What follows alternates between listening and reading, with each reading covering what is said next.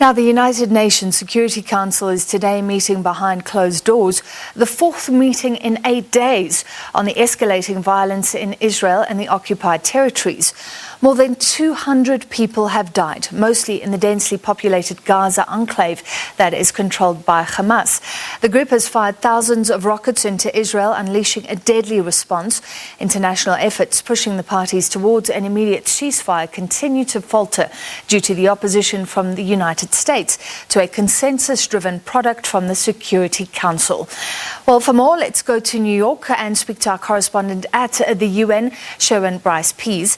And Sherwin, I mean, there's clear pressure from some countries being applied in that council. Is there any movement in New York today? The short answer, Francis, is that there is no movement here in New York, and I think this really speaks to the ineffectiveness of the current international rules-based system, the ineffectiveness of multilateralism, and in particular, the ineffectiveness of the UN Security Council. Essentially, what is at play here is a negotiation around whether the 15 members of the Security Council can agree to, not a resolution, but just a press statement. What will this press statement say? It will call and express grave concern regarding the crisis related to Gaza and the loss of civilian lives and casualties. It will call for a de-escalation of the situation, a cessation of violence and respect for international humanitarian law. It stresses the principle for the need for humanitarian assistance to get to the civilian population in Gaza, and it welcomes bilateral efforts towards getting a ceasefire and de-escalation. This is the statement that the United States is unable to agree with, seeking rather to pursue diplomatic channels on a bilateral basis. It was a question that was posed to the White House Press Secretary Jen Psaki yesterday. This was her response. The role we are playing, the action, the prism we are making all of our decisions through is how can we help bring an end to the violence and bring an end to de-escalate the situation on the ground. And our calculation at this point is that having those conversations behind the scenes, weighing in with our important strategic partnership we have with Israel, also with other countries in the region, is the most constructive approach we can take. So our approach is through quiet, intensive diplomacy, and that's where we feel we can be most effective. Quiet, intensive diplomacy, language very familiar to the Southern Africa region, Francis, particularly as it relates to the situation in Zimbabwe. I will just tell you that there are other efforts underway here at the United Nations, including a meeting of the General Assembly this coming Thursday. We understand there will be no product from the General Assembly, but this will give an opportunity to member states to ventilate their support for or their disagreement with the unfolding events in the region.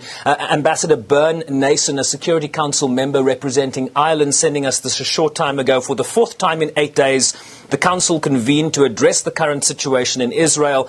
Conflict is raging, resulting in utterly devastating humanitarian impacts. The Security Council is yet to utter a single word publicly. Council members have a collective responsibility for international peace and security. It is high time the Council steps up and breaks its silence and speaks out. Of course, that has not yet happened. Francis? All right, you'll tell us if it does. How is this matter playing out in the United States, Sherwin? Because there appears to be growing support for the Palestinian cause within the U.S. Congress, if only within the Democratic caucus. So some people want the White House to take a very different approach on this.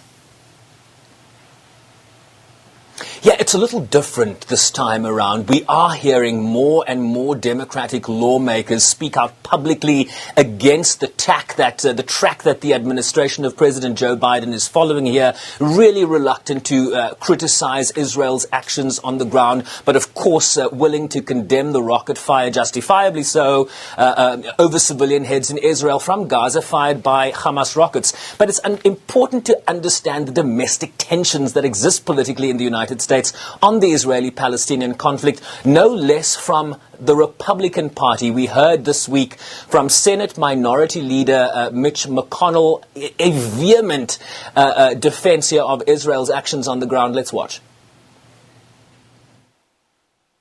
I've been proud to stand with Israel for years, and I'm proud to stand with Israel today.